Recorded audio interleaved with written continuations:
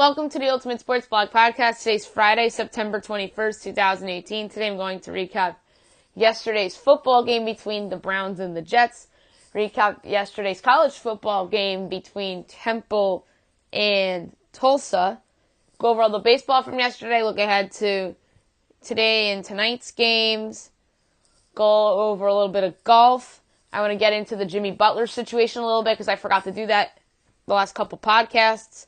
I'll do my NHL wings rankings, which I was supposed to do yesterday, but I moved that over to today. And I'll do my college football picks for the weekend and my NFL picks for the weekend. All right. Last night, the long wait is over. The Browns have a win. 21-17 over the New York Jets. Huge win. Cleveland covered as a 3-point favorite. Baker Mayfield came in for the concussed Tyrod Taylor. 17 of 23, 201 yards.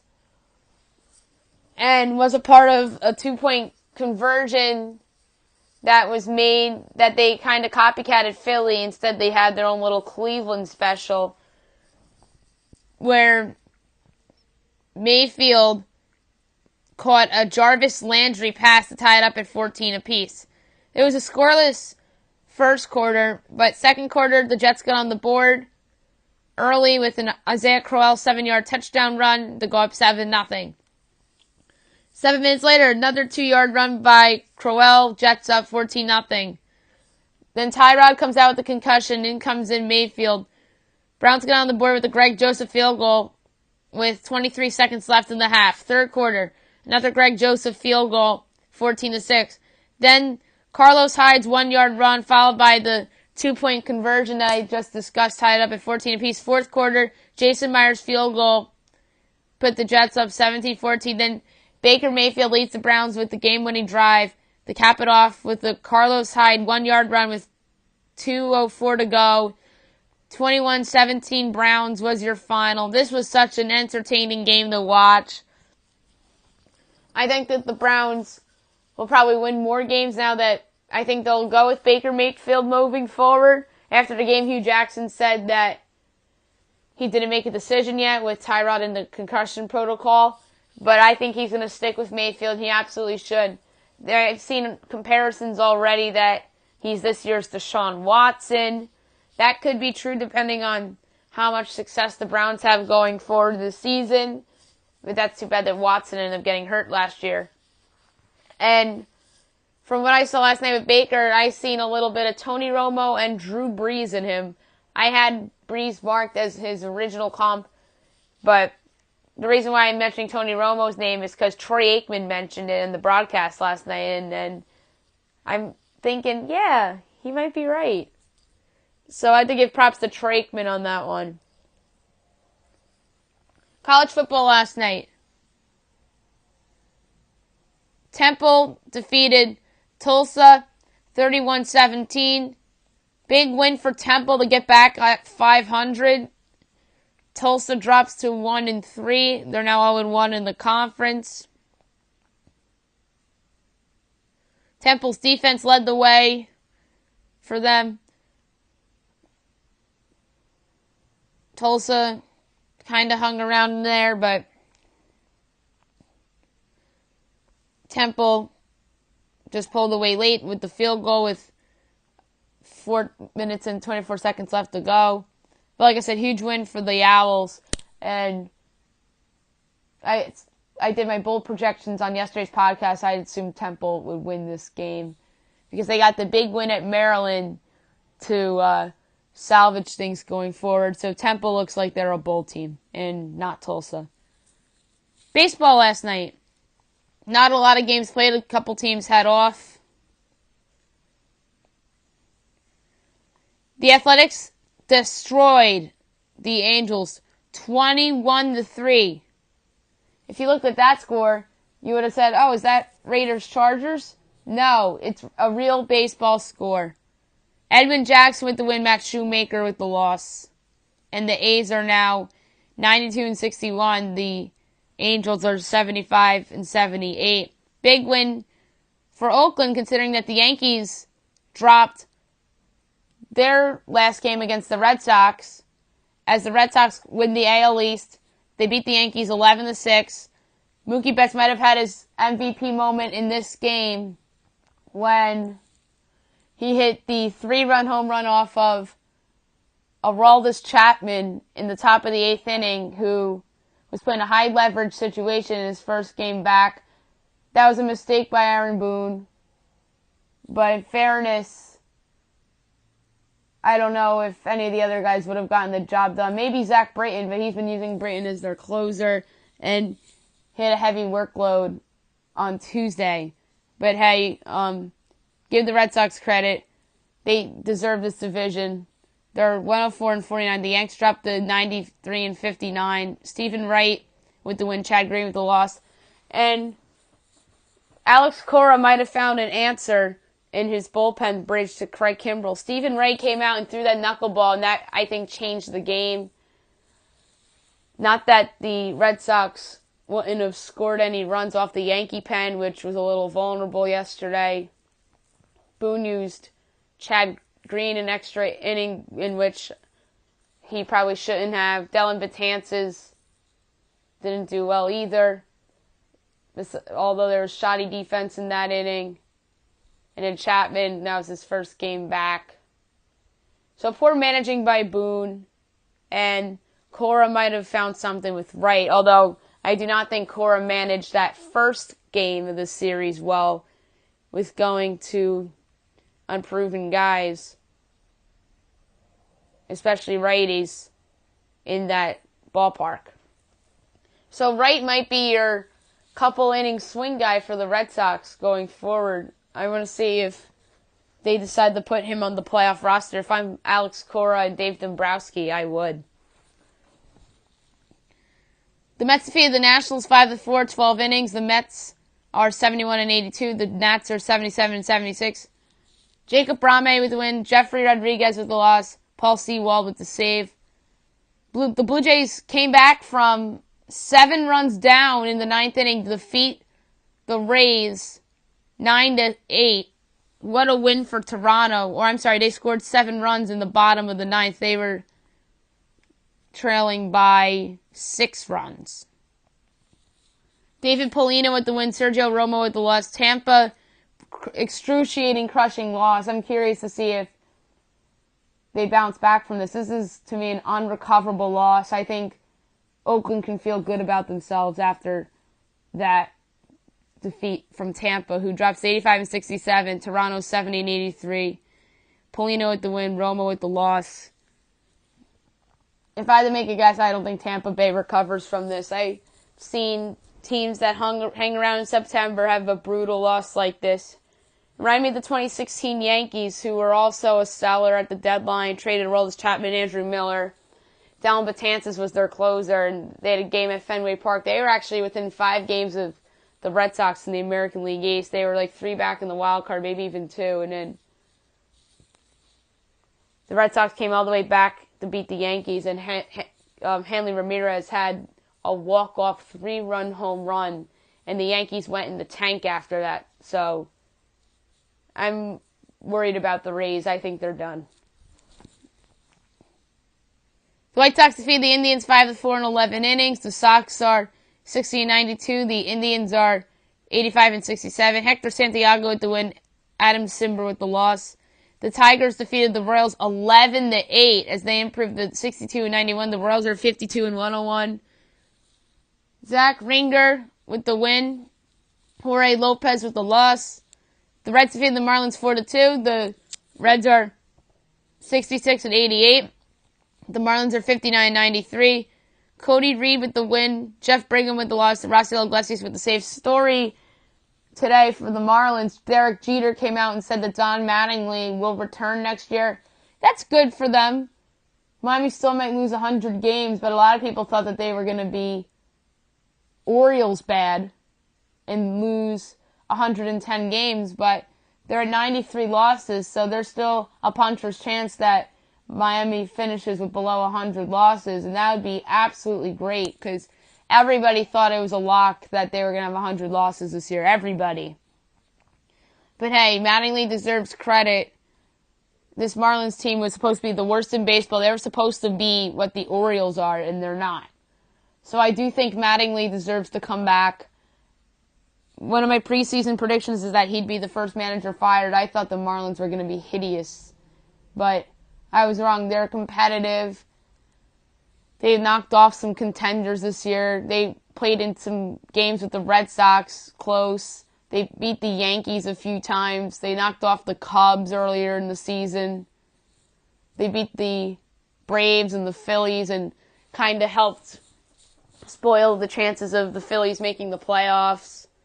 Beat the Dodgers a few times this year too. So Marlins played a little bit of good spoiler down the stretch this year.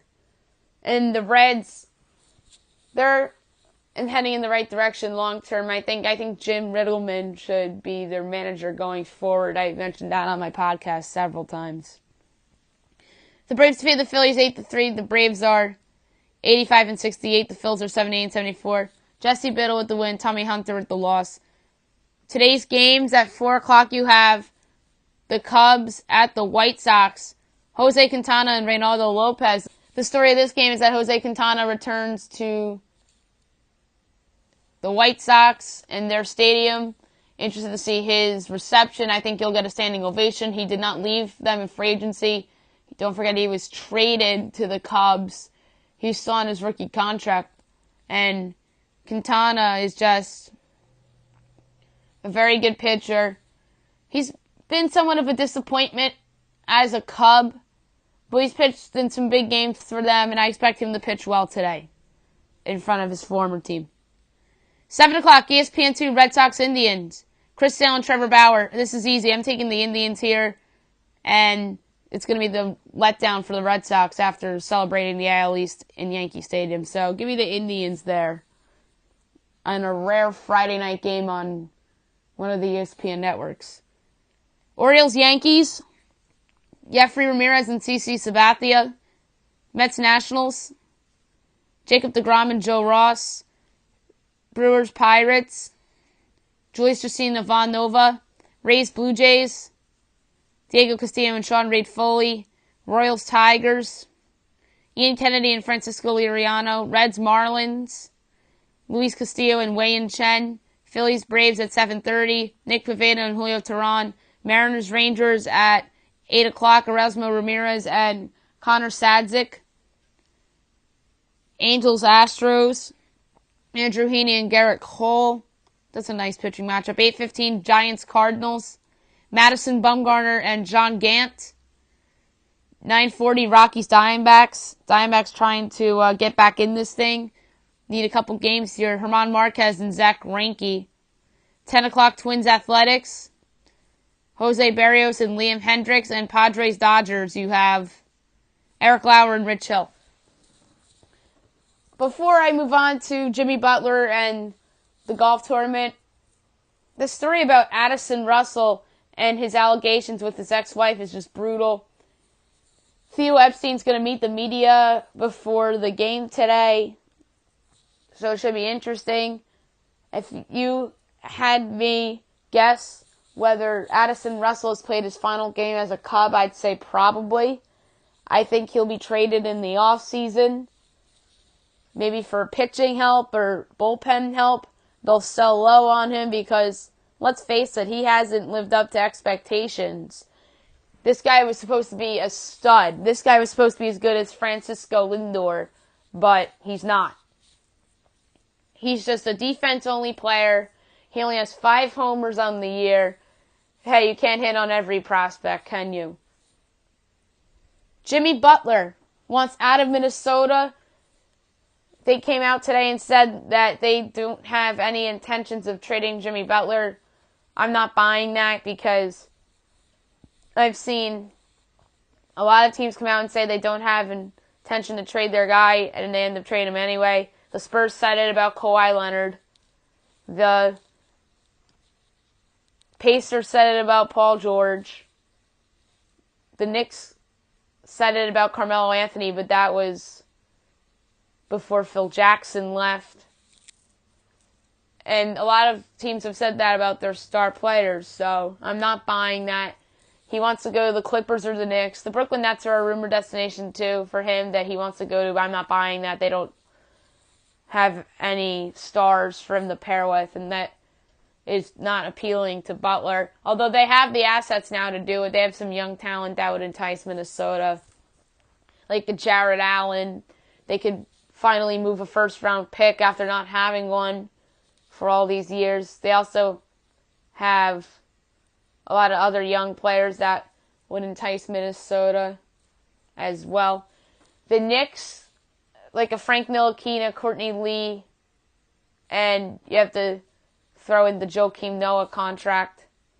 I don't see the Knicks parting with a first-round pick, but if they were to pull off a trade for Butler, I'd say it's Ntilikina, Courtney Lee, or Tim Hardaway Jr., one of the Hardaway or Lee, plus the Joakim Noah contract. So that would be the requirement for the Knicks for me if you're Scott Perry and Steve Mills. You got to take the Joakim Noah contract if you're Minnesota. Because I think they want to get rid of what I think is the worst contract in the NBA. And the Clippers, I think that is the most appealing destination to Jimmy Butler. And that was a report, and I buy that because they have perhaps the best package, although you could argue if Frankie Ntilikina is in the deal for the Knicks, then you could do it. The Clippers would have to do a first-round pick, Tobias Harris, and maybe either Shai Gilgeous-Alexander or Jerome Robinson, and maybe throw in Patrick Beverley, and that's not a bad package either. So if you had to make me guess if Butler is still on the Timberwolves before the season, I'd guess no.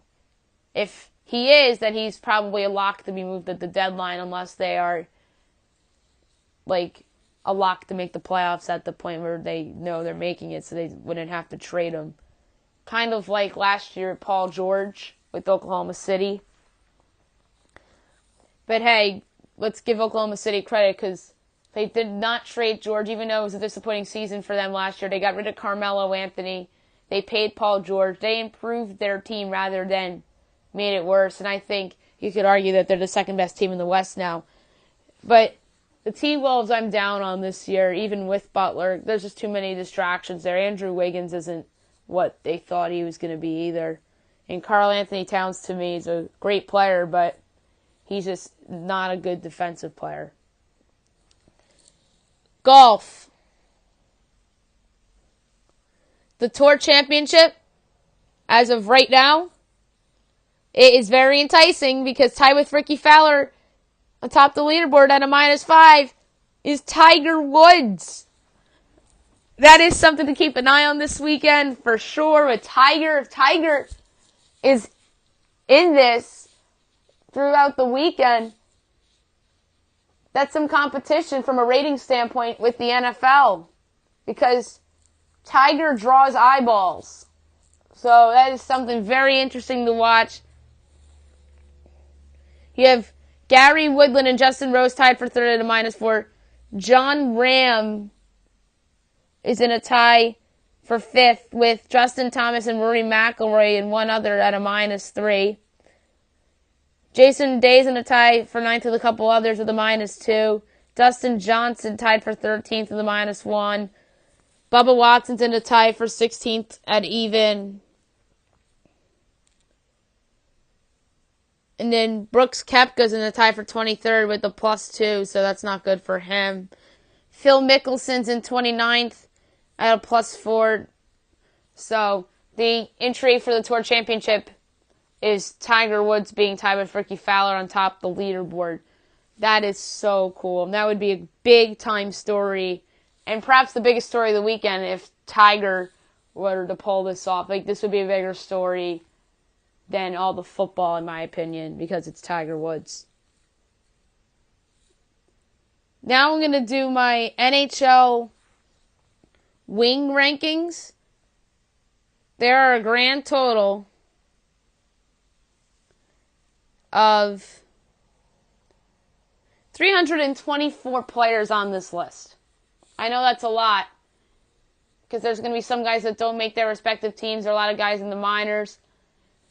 This list is based on my projections for each player this season and whether I think that they'll be breakout guys or not. You'll see some guys higher than others and make you think, oh, that's not right. But hey, I'm projecting this season a little bit with breakouts and declinings of players. And it's also of what have you done for me lately type of a situation too. The first 100 or 150 guys that I'm about to list are guys that are either prospects or guys that won't make teams or some journeymen.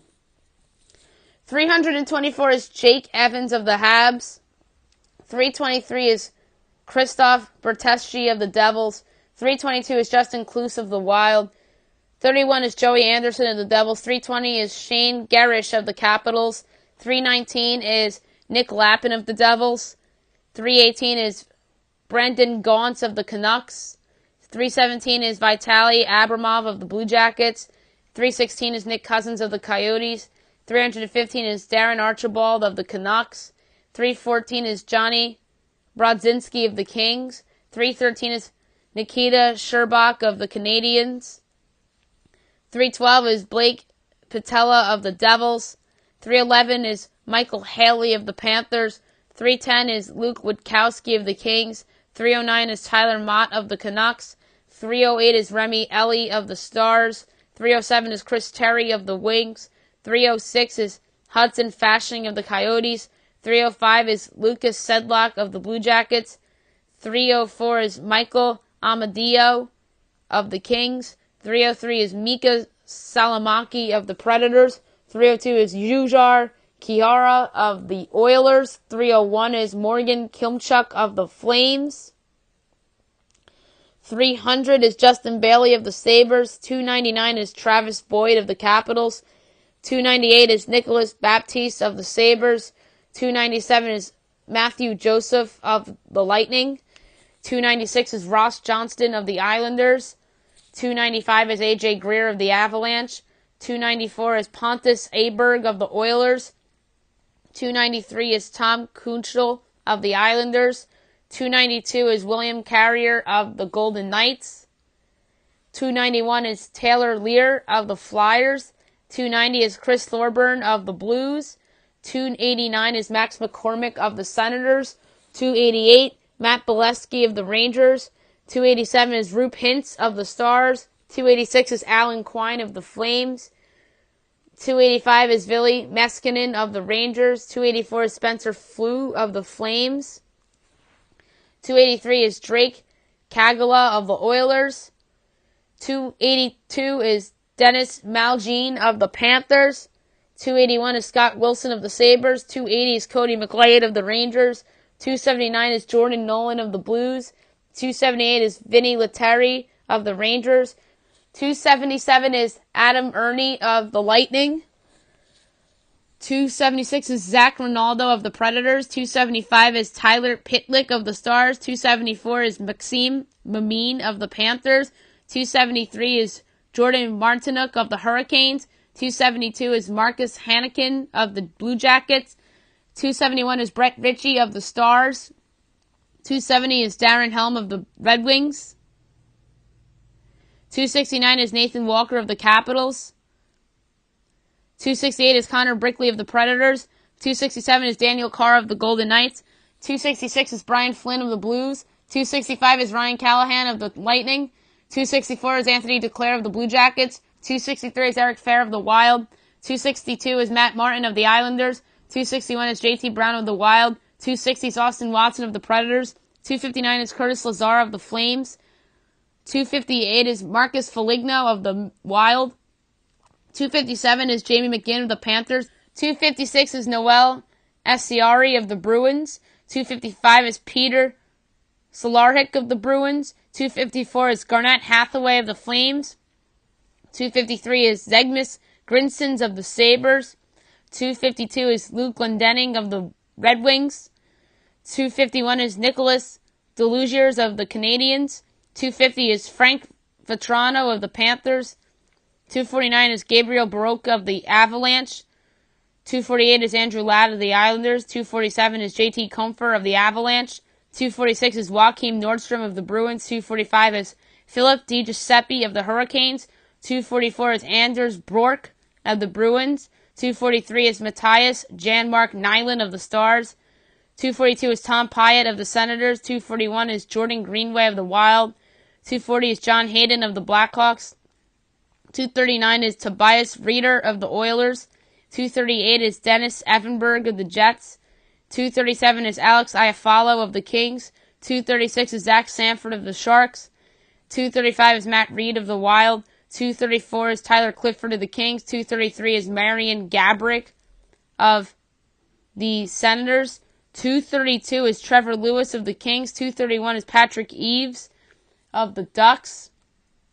230 is Joel Armia of the Habs. 229 is Brendan Lemieux of the Jets. 228 is Stefan Noesen of the Devils. 227 is Josh Levo of the Leafs. 226 is Melker Karlsson of the Sharks. 225 is Oscar Lindblom of the Flyers. 224 is Tanner Fritz of the Islanders. 223 is Marcus Sorensen of the Sharks. 222 is Leo Komarov of the Islanders. 221 is Martin Frk of the Red Wings. 220 is Blake Comeau of the Stars.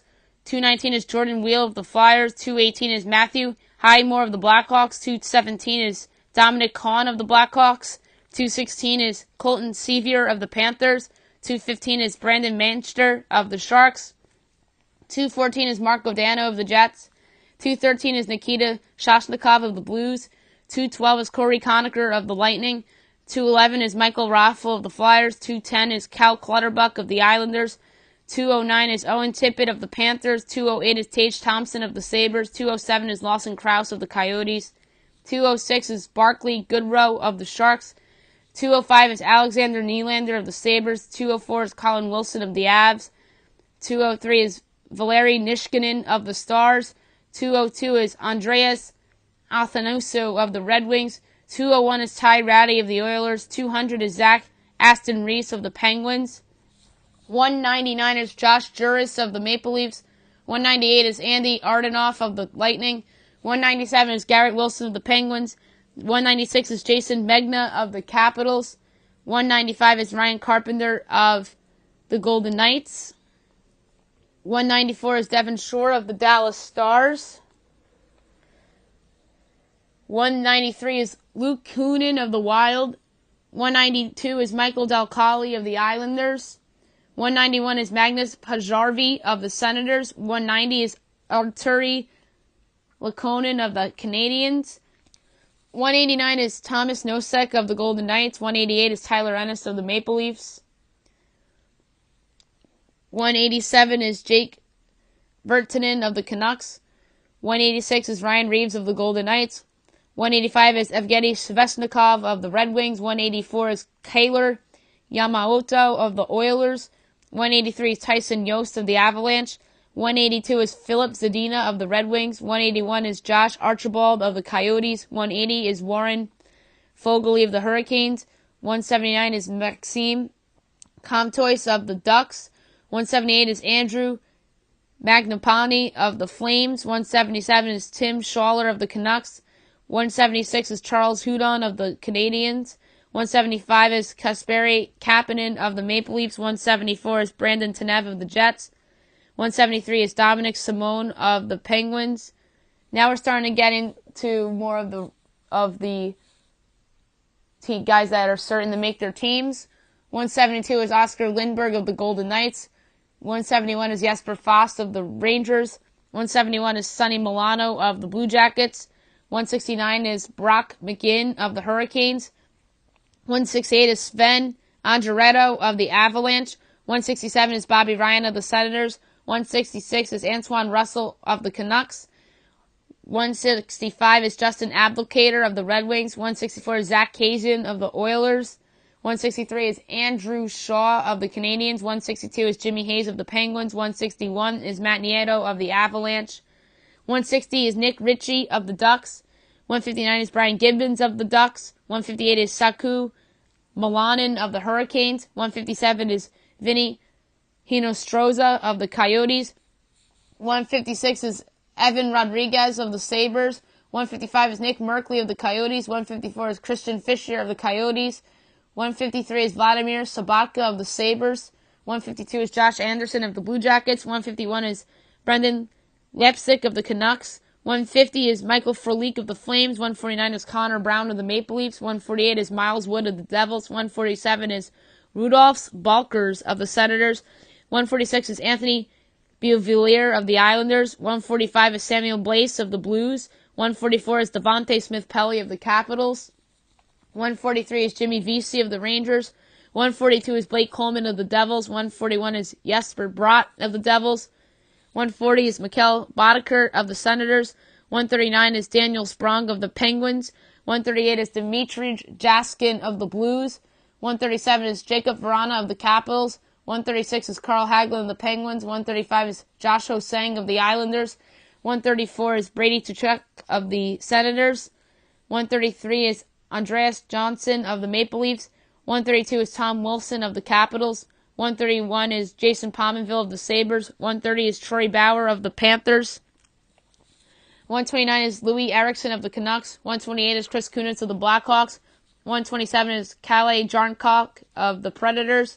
126 is Kiefer Bellows of the Islanders. 125 is Ryan Zingle of the Senators. 124 is Zach Smith of the Senators. 123 is Sam Gagner of the Canucks. 122 is Thomas Tatar of the Canadiens. 121 is Jake Roslovic of the Jets. 120 is Ryan Hartman of the Predators. 119 is Matt Calvert of the Avalanche. 118 is Dustin Brown of the Kings. 117 is Boone Jenner of the Blue Jackets. 116 is Dylan Sakura of the Blackhawks.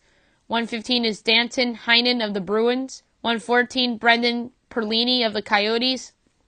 113, Oliver Borkstrand of the Blue Jackets. 112, Tyler Bertuzzi of the Red Wings. 111, Paul Byron of the Canadiens. 110, Gustav Nyquist of the Red Wings. 109, Timo Meier of the Sharks. 108, Zach Hyman of the Maple Leafs. 107, Sven Barchi of the Canucks. 106, Tanner Pearson of the Kings. 105, Patrick Maroon of the Blues. 104, Alex Tuck of the Golden Knights. 103, David Backes of the Bruins. 102, Michael Grabner of the Coyotes. 101, Thomas Vanek of the Red Wings. 100, Zach Parise of the Wild. 99, Kevin Fiala of the Predators. Now we're starting to get into players that produce and are on top six pairings. Some of them are in third lines. 98, Charlie Coyle of the Wild. 97, Milan Lucic of the Oilers. 96, Andrej Case of the Ducks. 95, Kevin LeBlanc of the Sharks. 94, Max Domi of the Canadiens. 93, Mathieu Perreault of the Jets. 92, Andrew Cagliano of the Ducks. 91, Andrei Svechnikov of the Hurricanes. 90, Vladislav Nemestikov of the Rangers. 89, Travis Coency of the Flyers. 88, Jesse Puljujarvi of the Oilers. 87, Connor Sheary of the Sabres. 86, Kyle Okposo of the Sabres. 85, Jonas Dunsoki of the Sharks. 84, Jacob Silverberg of the Ducks. 83, James Neal of the Flames. 82, Justin Williams of the Hurricanes. 81, Anthony Mantha of the Red Wings. 80, Nick Bjugstad of the Panthers. 79, Nino Niederreiter of the Wild. 78, Ryan Spooner of the Rangers. 77, Craig Smith of the Predators. 76, Ilya Kovalchuk of the Kings. 75, Brendan Gallagher of the Canadiens. 74, Tyler Toffoli of the Kings. 73, Robert Fabry of the Blues. 72, Thomas Hertl of the Sharks. 71, Alex Killorn of the Lightning. 70, Jeff Skinner of the Sabres. 69, Mike Hoffman of the Panthers. 68, Marcus Johansson of the Devils. 67, Patrick Marleau of the Maple Leafs. 66, Matthew Tkachuk of the Flames. 65, David Perron of the Blues. 64, Matt Zuccarello of the Rangers. 63, Jordan Eberle of the Islanders. 62, Tyler Johnson of the Lightning. 61, Chris Kreider of the Rangers. 60, Alexander Steen of the Blues. 59, Brandon Saad of the Blackhawks. 58, Pavel Buchnevich of the Rangers. 57, JT Miller of the Lightning. 56, Elias Lindholm of the Flames. 55, Ryan Donato of the Bruins. 54, Evgeny Dadonov of the Panthers. 53, Mark Stone of the Senators. 52, Kyle Palmieri of the Devils. 51, Riley Smith of the Golden Knights. 50, Evander Kane of the Sharks. 49, Ryan Nugent-Hopkins of the Oilers. 48, Jake DeBrusk of the Bruins. 47, Teuvo Teravainen of the Hurricanes. 46, Ricard Raquel of the Ducks. 45, Jason Zucker of the Wild. 44, Josh Bailey of the Islanders. 43, Patrick Hornquist of the Penguins. 42, Andre Palat of the Lightning. 41, Jake Kuznetsov of the Penguins. 40, Alex DeBrincat of the Blackhawks. 39, Sam Reinhart of the Sabres. 38, Clayton Keller of the Coyotes. 37, Alexander Radulov of the Stars. 36, Yanni Grude of the Lightning. 35, Jonathan Marchessault of the Golden Knights. 34, Wayne Simmons of the Flyers. 33, Anders Lee of the Islanders. 32, Mikael Granlund of the Wild. 31, Max Pacioretty of the Golden Knights. 30, Nikolaj Ehlers of the Winnipeg Jets. 29, Kyle Connor of the Winnipeg Jets. 28, James Van Riemsdyk of the Flyers. 27, TJ Oshie of the Capitals. 26, Corey Perry of the Ducks. 25, David Pastrnak of the Bruins. 24, Cam Atkinson of the Jackets. 23, Victor Edvardsen of the Predators. 22, Jaden Schwartz of the Blues.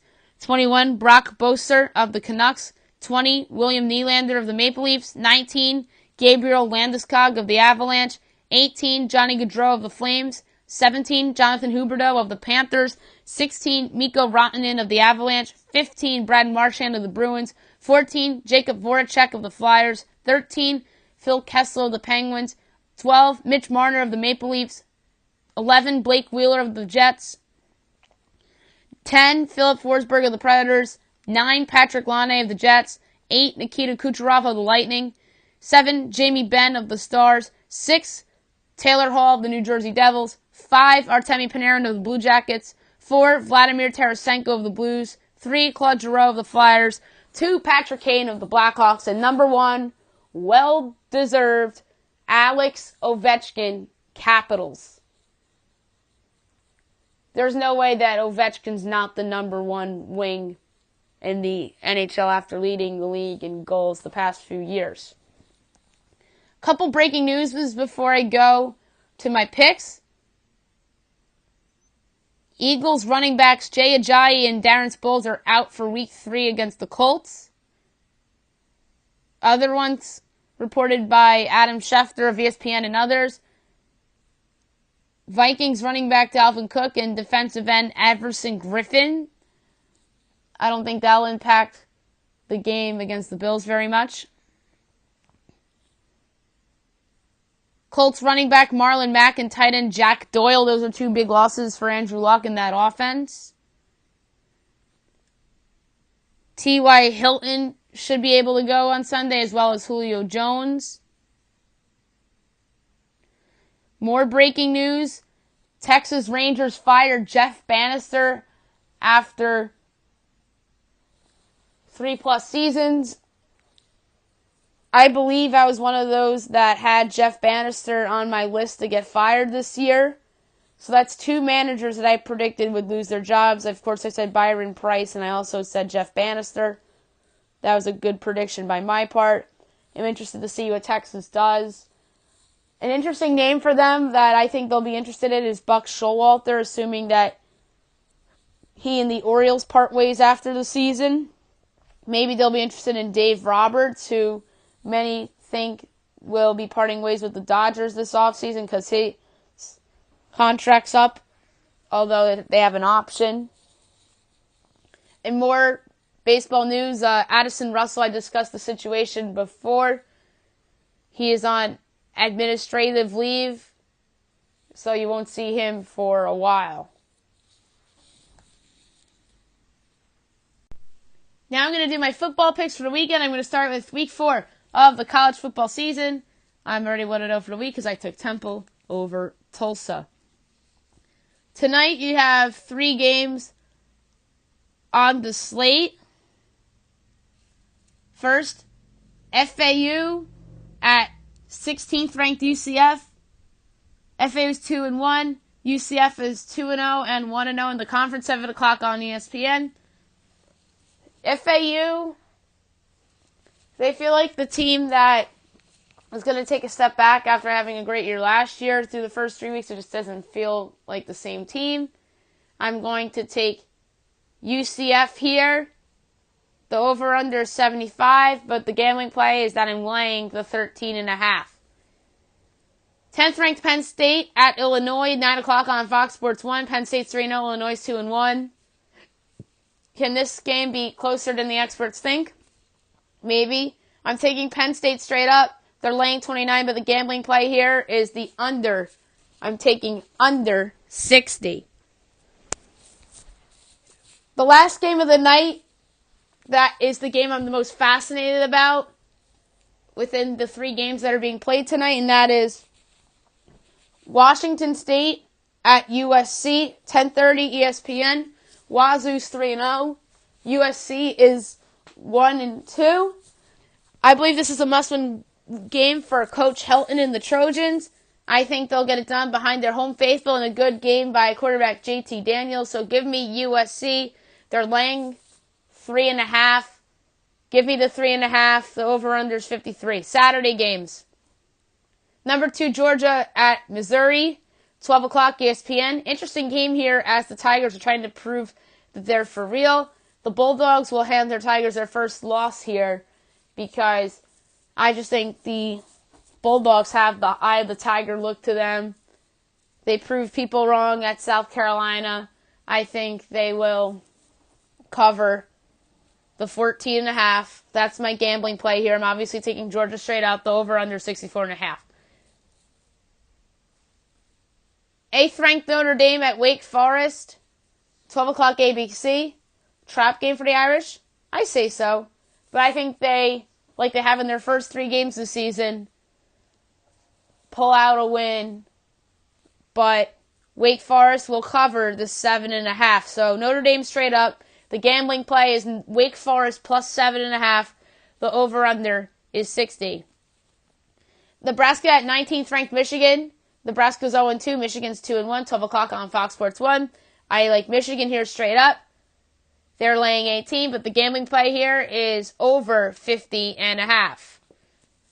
23rd ranked Boston College at Purdue, 12 o'clock on ESPN2. BC's 3-0 and 1-0 in the conference. Purdue's 0-3 and 0-1 in the conference. This is going to be a close win for the Eagles as the Boilermakers have lost all close games so far this season. So I'm going to say that Purdue finds a way to botch another close game. But let's be fair with the last one. The refs botched Purdue, but I like Boston College to squeak this one out on the road. Give me BC straight up, but I have Purdue getting the 6.5 as my gambling play. The over-under is 68. Kent State at Ole Miss, 12 o'clock on the SEC Sports Network. Kent State's 1-2. Ole Miss is 2-1 and 0-1 in the conference. Ole Miss is laying 28.5. I think they win. I think they'll cover that number, so that's the gambling play there, and the over-under is 77. Buffalo at Rutgers, 12 o'clock on the Big Ten Network. Buffalo's 3-0 and 1-0 in the conference. Rutgers is 1-2 and 0-1 in the conference. It's not an upset because the Bulls are favored here. The Bulls are a 6-point favorite. I'm taking Buffalo straight up, but the gambling play here is over 52. Minnesota at Maryland, 12 o'clock on the Big Ten Network. Minnesota's 3-0. Maryland's 2-1. Tough call here, but I'm going with the Gophers here on the road since I still have a bad taste from the Terps debacle against Temple. So give me Minnesota. My gambling play here is the +2. The over-under is 46.5. Akron at Iowa State, 12 o'clock on Fox Sports Network. Akron's 2-0. Iowa State's 0-2 and 0-1 in the conference. The Cyclones absolutely need this game, and I think they'll get it as the Zips have a letdown after their big win last week. So give me Iowa State. But I do think Akron will cover the 18.5. I think that spread's high. I think Iowa State wins by 2 touchdowns. The over-under is 47.5. Ohio at Cincinnati, 12 o'clock on ESPNU. Ohio's 1-1, Cincinnati's 3-0. I like Cincinnati here. They're laying 9. I think they'll cover the 9. That's the gambling play for this. The over-under is 52. Nevada at Toledo, 12 o'clock on CBS Sports Network. Nevada's 2-1, Toledo's 1-1. I'm going to say Toledo wins, but Nevada covers the 10.5, so the gambling play is Nevada plus 10.5. The over-under is 69.5. Navy at SMU at 12 o'clock. Navy's 2-1, SMU is 0-3. Give me Navy to win here. And you know what? I think they'll cover the 6.5.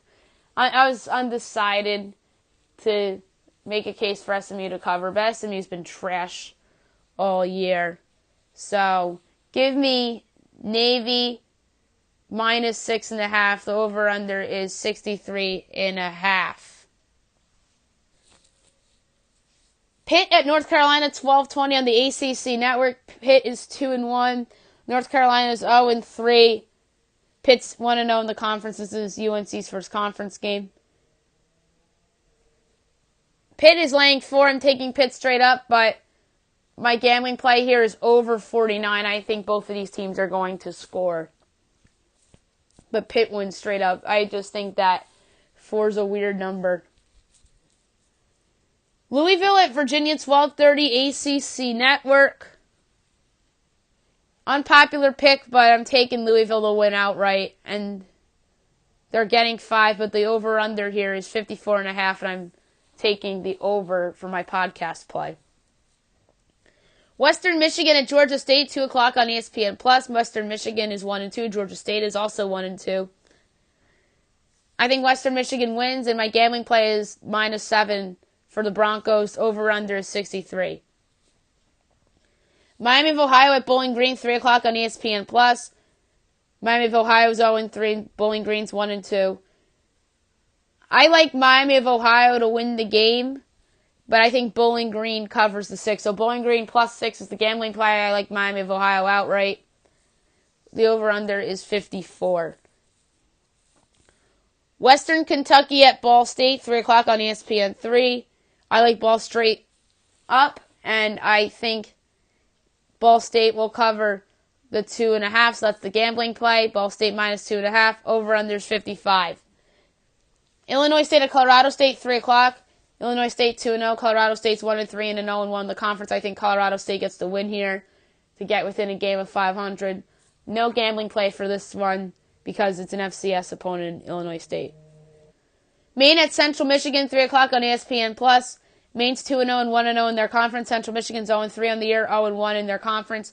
The Blackbirds already beat an FBS school in Western Kentucky, but Western Kentucky was missing their quarterback in that game. I don't see another upset here. Give me Central Michigan at home. No gambling play because Maine's an FCS school. And a good one, too. And Illinois State's a good FCS school, too. So I wouldn't be shocked if they kept it close against the Rams. Texas A&M at number 1 Alabama, 3:30 CBS. A&M's 2-1. Alabama's 3-0, 1-0 in their conference. I wouldn't be shocked if the Aggies hung around for a half or even 3 quarters, but the Tide pulls away late thanks to Tua Tagovailoa and that offense. Give me Alabama straight up. They're laying 27, but the gambling play here is over 61. I think Alabama will be able to score 45, and I think Texas A&M will be able to score 20. So there's your over. Number 3, Clemson at Georgia Tech, 3:30 ABC. Clemson's 3-0, Georgia Tech's 1-2, and an 0-1 within the conference. I don't see how the Yellow Jackets keep this close. That's plain and simple. Give me Clemson to lay the 16.5 in the cover, and the over-under is 52. Tulane at number 4, Ohio State, 3:30 Big Ten Network. Tulane's 1-2, Ohio State's 3-0, and then 1-0 in their conference. Welcome back, Ermenmeyer. Buckeyes win big. Give me the Buckeyes. They're laying 37, but the over-under is 68, and my podcast play is the under. Kansas State at number 12, West Virginia, 3:30 on ESPN. Kansas is 2-1, West Virginia's 2-0. I wouldn't be overly stunned if the Mountaineers get off to a slow start here and are a little rusty, considering that they were off last week because of Hurricane Florence. But I believe the Mountaineers will still get it done and will win by double digits. So give me West Virginia. And I like Kansas State to cover the 16 here, and that's the gambling play. I'm banking on West Virginia getting off to a slow start. And I'm going to say West Virginia wins this game 33-20. So Kansas State covers, let's say, by 3 points. And obviously, like I said, West Virginia straight up. The over-under is 60.5. Number 13, Virginia Tech at Old Dominion. 3:30 on CBS Sports Network. Virginia Tech's 2-0 and 1-0 in their conference. Old Dominion's 0-3 and 0-2 within their conference. Don't be shocked if the Huskies are rusty early as well due to having off last week, similar to Mountaineers. The Hokies were off because of Hurricane Florence, but they'll win by double digits too. So give me Virginia Tech, but that's why I like Old Dominion to cover the 28. Let's say Virginia Tech wins this game by 20. Like, I can see this being 41-21 Virginia Tech, then I still win the bet. The over-under is 51.5, by the way. FIU at number 21, Miami, 3:30, ESPN2. FIU is 2-1, 1-0 in their conference. Miami is 2-1 and haven't played a conference game yet. I like the Hurricanes here. They're laying 26.5, but my podcast gambling play is over 58.5. Gardner-Webb at Appalachian State, 3:30 on ESPN+. Gardner-Webb's 1-2, Appalachian State's 2-1. Give me App State at home. Gardner-Webb's an FCS school that's not very good. Charlotte at UMass, 3:30. Charlotte's 2-1 and 1-0 in their conference. UMass is 0-3. I think Charlotte wins this thing outright, and they're getting 9. So that is my best bet of the week. Charlotte wins outright. They're getting 9. This is one of my best bets, as I said. I'm obviously taking the +9, and the over-under is 58.5. NC Central at Duke. NC Central's 1-1. Duke's 3-0. 3:30 on the ACC network. I like Duke there. NC Central's not one of the better teams in the FCS. Here's one of my other favorite plays. Northern Illinois at Florida State. 3:30 on ESPNU. I want to pick the Huskies here. The Seminoles are a mess. I'm going to do it. Give me Northern Illinois outright upset. This is my moneyline play of the week. Northern Illinois is plus 325 on the money line. And I obviously like them to win outright, and the over-under is 45.5, but the podcast play is plus 9.5 and plus 325. Kansas at Baylor, 3:30 on Fox Sports 1. The winning streak was fun while it lasted, Jayhawks. Give me Baylor here. Minus 7.5 with the Bears. It's one of my best bets. The over-under is 57.5. Arizona at Oregon State. 4 o'clock on the Pac-12 network. Both teams are 1-2. Tough call here, but Jonathan Smith's team has shown me a lot, even in their defeats, and I like them here to pick off the disappointing Wildcats. Give me Oregon State. They're getting 6.5. That's obviously the podcast play. The over-under is 75.5. South Carolina at Vanderbilt, 4 o'clock on the SEC network. South Carolina's 2-1, 0-1 in the conference. Vandy's 2-1. I like what I've seen from the doors, and I like them to pull off the little upset here. So give me Vanderbilt straight up. They're getting 2.5, so that's the podcast play. The over-under is 54.5. UConn at Syracuse, 4 o'clock ESPN News. This is one of the better school rivalries, more for basketball than for football. But they used to be conference rivals in both sports. UConn's 1-2, 0-1 in their conference. Syracuse 3-0 and 1-0 in their conference. No letdown here for the Orange. I like them here to win straight up. They'll cover the 29, although I don't feel good about it. The over-under is 75.5. Number 17, TCU at Texas, 4:30 on Fox. Both teams are 2-1. Huge game here in the Big 12. I like what I saw from the Longhorns last week on both sides of the ball. Meanwhile, if the Horned Frogs didn't turn the ball over a lot last week, they could have won. This was a tough call. I like Gary Patterson and the Frogs in a close one on the road. Give me TCU. They're a 3.5-point favorite. I'm not going to take the 3.5. My podcast gambling play here is over 48.5. I think this can be a 33-30 final. McNeese at number 25 BYU, 6 o'clock on ESPN3. McNeese's 3-0 and 2-0 in their conference play in the FCS. BYU, surprisingly, is number 25 in the country, is 2-1. I think BYU wins here.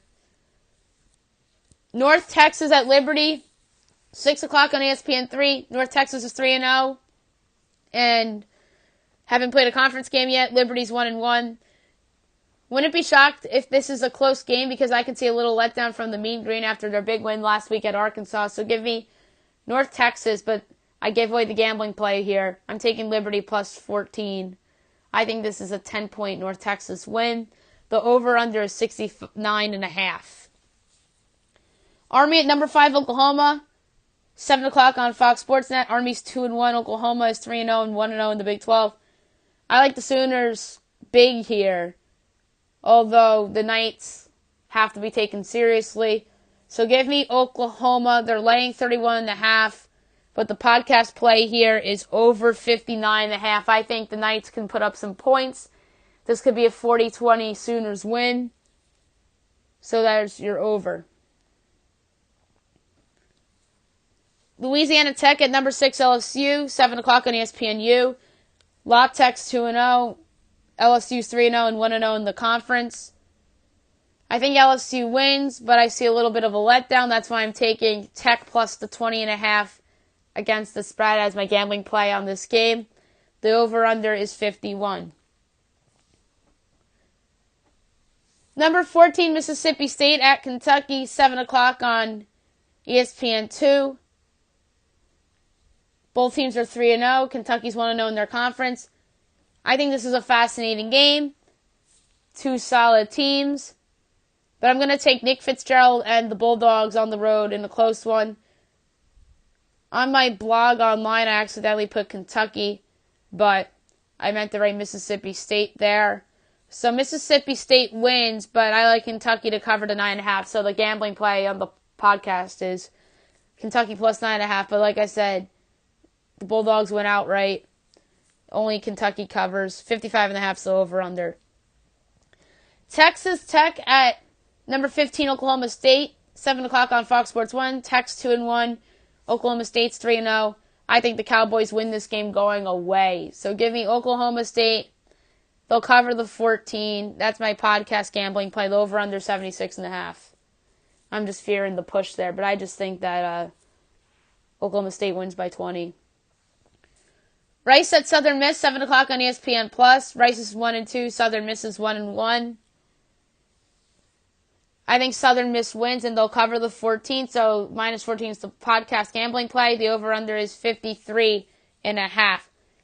Texas State at UTSA, 7 o'clock ESPN+. Texas State's 1-2 and 0-1 in their conference. UTSA's 0-3. Haven't played a conference game yet. I'm taking the Roadrunners to get their first win.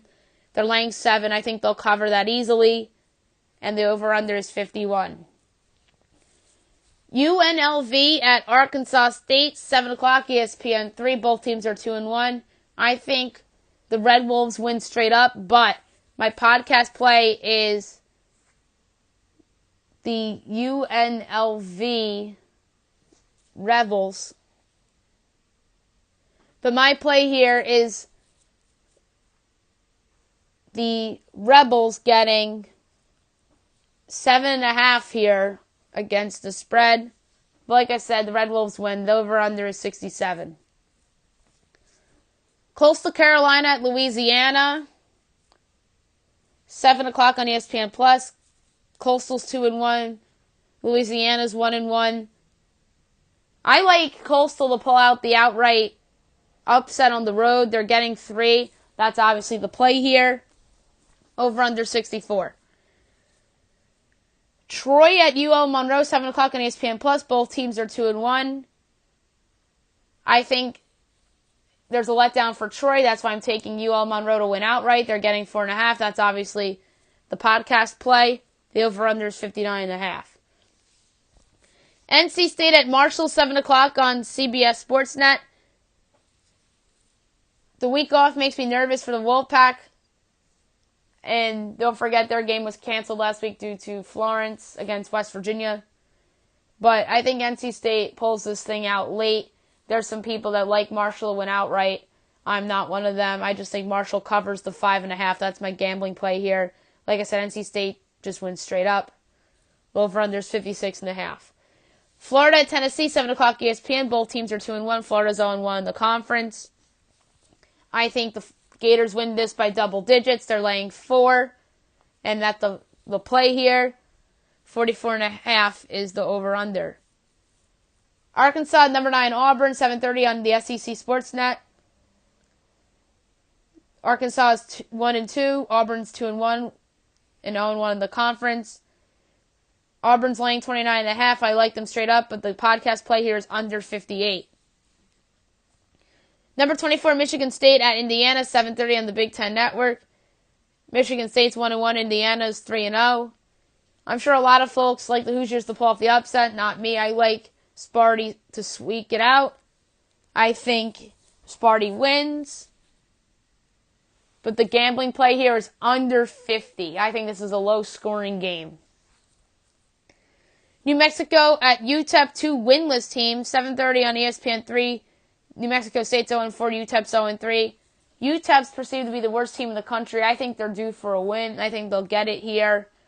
I'm taking UTEP at home. They're getting 3.5. It's my podcast play. The over-under is 48.5. Number 7, Stanford at number 20, Oregon, 8 o'clock on ABC. Both teams are 3-0. Stanford's 1-0 in the conference. This should be a fun game with game day on hand. Bryce Love's health is a major concern for the Cardinal, and I love the Ducks in this spot. The case against them is that they played all cream puffs, and Stanford's the better team, but I'm concerned with Bryce Love. Give me the Ducks to win this game. I think Justin Herbert will do enough for the Ducks to win this game. So give me Oregon. They're getting 2.5. I like that too as the podcast play, plus 2.5. The over-under is 56. East Carolina at South Florida, 8 o'clock on ESPN News. East Carolina's 1-1. South Florida's 3-0. East Carolina didn't play last week. That's going to hurt them. I like the Bulls. The cover to 20.5. And the over-under is 68.5. Texas Southern at Houston, 8 o'clock on ESPN3. Southern's 1-2. Houston's 2-1. I think Houston wins. No gambling play here because Southern is FCS school. South Alabama at Memphis, 8 o'clock ESPN3. South Alabama 1-2 and 1-0 in conference. Memphis is 2-1 and 0-1 in conference. I think Memphis wins here. They're a 31-point favorite, but the podcast plays over 67. Number 18, Wisconsin at Iowa, 8:30 on Fox. I believe this is the Gus Johnson special this week. Wisconsin's 2-1, Iowa's 3-0. Hawkeyes at home in a night game. I love it. Give me the upset. I love Iowa. They're getting 3.5. I think that's obviously going to be covered by Iowa. That's my podcast play. The over-under is 42.5. Air Force at Utah State, 10:15, ESPN2. Air Force is 1-1. Utah State's 2-1. Utah State's laying 10.5. I think they win, but I'm not sure if they'll cover. The over-under is 59.5, and I like the over. Arizona State at number 10, Washington, 10:30 ESPN. Both teams are 2-1. Washington's 1-0 in conference play. I think the Huskies win big here against Herm Edwards' team. I think Herm's team will prove to be a fraud as they just upset an overrated Big Ten team in Sparty, although I have them winning this week because Indiana always finds ways to lose these type of close games. And they'll be exposed, and I like Washington to break out this week after a game that was losable for them last week. I think they were lucky last week. So, Huskies big. I like Washington to cover the 17.5. That's my podcast play. The over-under is 51. Eastern Michigan at San Diego State, 10:30 on CBS Sportsnet. Both teams are 2-1. Eastern Michigan played a conference game and they lost at Buffalo. San Diego State hasn't played a conference game yet. I think San Diego State wins, and my podcast play is -12 with the Aztecs. The over-under is 49. Last game on the slate, Duquesne at Hawaii goes off at midnight Eastern. Both teams are 3-1. Hawaii's 1-0 in conference play. I think Hawaii wins here. No gambling play here because Duquesne is an FCS school. All right, NFL time for week 3. I got off to a good start because I took the Browns -3. Not only did I get the cover, but I obviously got the win outright. So 1-0 with the gambling plays and 1-0 straight up. so far for week 1. First game on the card, the Saints are at the Falcons, 1 o'clock on Fox. Both teams are 1-1. Huge game with a ton at stake. The Saints are coming off a home win over the Cleveland Browns, in which they should have probably lost. The Falcons are coming off a huge divisional home win against the Carolina Panthers. This is another great opportunity for the Falcons to get a jump start in that division, sans the Bucs being 2-0. And I like them here at home. Atlanta 27, New Orleans 24. Falcons are -3. I'm obviously not touching that because I think this is a 3-point game. So my play here is under 53. 49ers at the Chiefs, 1 o'clock on Fox. The 49ers are coming off a home win over the Detroit Lions. The Chiefs are coming off a huge road win in Pittsburgh against the Steelers. This Chiefs team is poised to do big things this season, and I love them here to win their home opener against the Niner team that hasn't looked great through the first 2 weeks. So give me Kansas City big, 33-17. I think they cover that 6.5. So that's the gambling play. -6.5 for the Chiefs. The over-under is 56. We have the Raiders at the Dolphins, 1 o'clock on CBS. The Raiders are coming off a brutal divisional road loss in Denver against the Broncos. The Dolphins are coming off a nice divisional road win in East Rutherford against the Jets. With the Raiders going to the East Coast, it will be difficult for them to get a win against an improved Dolphins team. Give me Miami 27-17. I think they covered at 3 easily. That is my best bet for the week. Not necessarily my lock, but just my best bet in terms of ATS. And over-under is 44. We have the Bills at the Vikings, 1 o'clock on CBS. Buffalo's 0-2, Minnesota's 1-0-1. Talk about mismatches. The Bills are coming off a home loss against the Los Angeles Chargers. The Vikings are coming off a tie in Green Bay against the Packers. Despite Dalvin Cook and Everson Griffin missing, I mentioned the term mismatch. How about a lock? That's what this game is for the Vikings. They win 33-13. Sans no Dalvin Cook. Sans no Everson Griffin.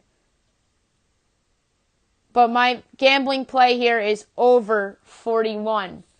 And now with the Griffin news, maybe this helps the over a little bit.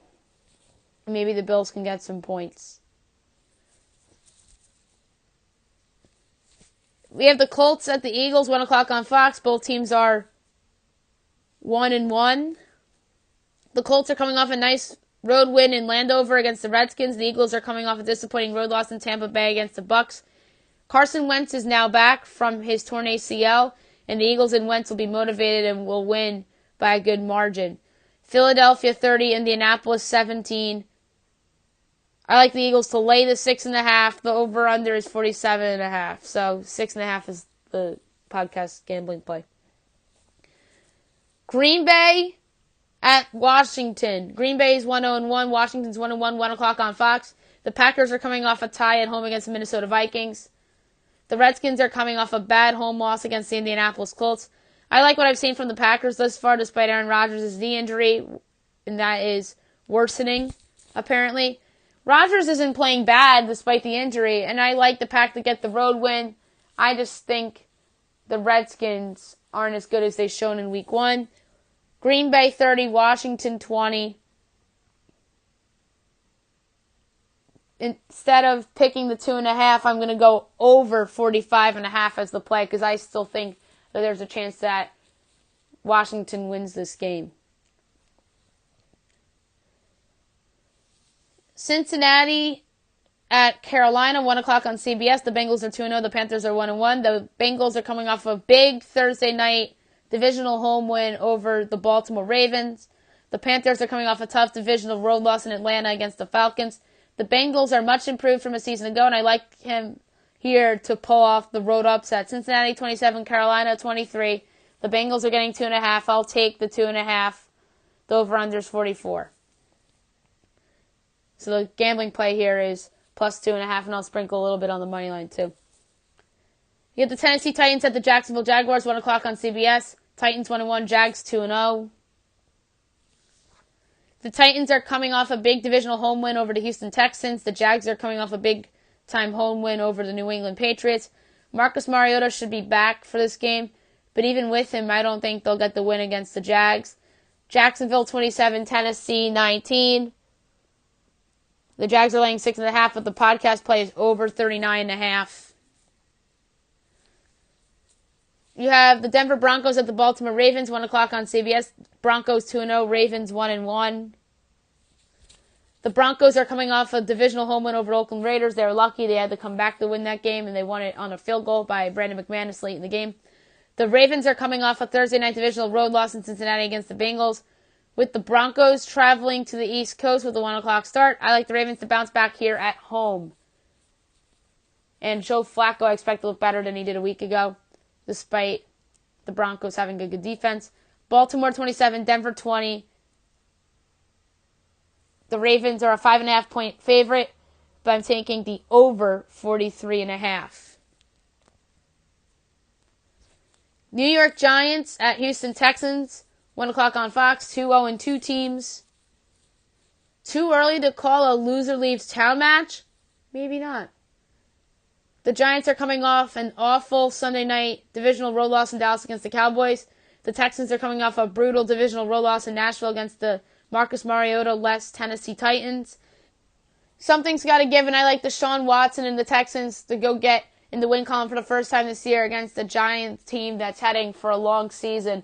And if we're Houston to lose this game, then don't be surprised if it's all about Bill O'Brien and chances he gets fired. So pressure on O'Brien and the Texans here, although there's obviously pressure on Eli Manning and the Giants as well after their pathetic performance in Dallas. Houston 26, New York 16.